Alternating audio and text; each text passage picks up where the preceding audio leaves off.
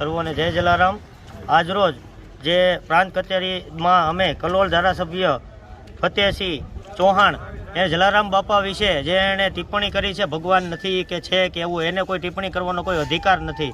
તો જલારામ આ જે રઘુવંશી સમાજ, રાજુલા લોહાણા સમાજ, જલારામ સેવા મંડળ અને સમસ્ત રઘુવંશી સમાજ દ્વારા ઓલ ઇન્ડિયામાં બધી જગ્યાએ જે આવેદન દેવામાં આવે છે એની જે ટિપ્પણી કરી છે એમાં અમે સખત વખોડીએ છીએ। અને ધારાસભ્ય, તમારે આ રીતે બોલવાનો કોઈ અધિકાર નથી તમને। જે આવું બોલી અને તમે તમારી શું દર્શાવવા માગો છો? રઘુવંશી સમાજ એક છે એટલે રઘુવંશી સમાજ એક છે, તમારી માથે કાર્યવાહી થવી જોવે। અમે સરકારને વિનંતી કરીએ છીએ કે આ રીતે ધારાસભ્યએ બોલવાનો કોઈ અધિકાર નથી। જય જલારામ, જય જલારામ, જય જલારામ।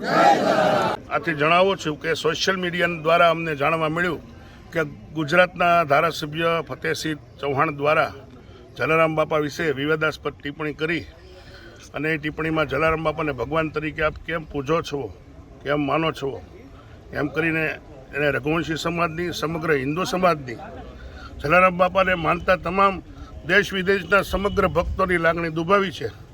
એના કારણે સમગ્ર સૌરાષ્ટ્રમાં હાહાકાર મચી ગયો। દરેક અખબારોએ એની નોંધ લીધી। સાવરકુંડલામાં એના વિરુદ્ધ FIR થઈ।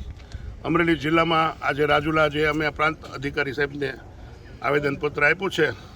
અમારી લાગણી ને માગણી એવી જ છે કે જલારામ બાપાને ક્યારેય પોતે સૌના રહ્યા છે।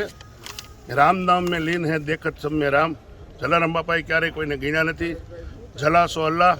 જલારામ બાપા સર્વોના છે, સર્વોના હશે અને સર્વોના રહેશે। એટલે જલારામ બાપા વિશે કોઈ પણ ટિપ્પણી કરતાં પહેલાં સમગ્ર હિન્દુ સમાજની લાગણી ન દુભાય તેને માટે ધારાસભ્યશ્રીએ ખાસ કાળજી લેવી જોઈએ। એને માટે અમે સખત શબ્દોમાં વખોડી કાઢીએ છીએ અને સજા થવી જોઈએ।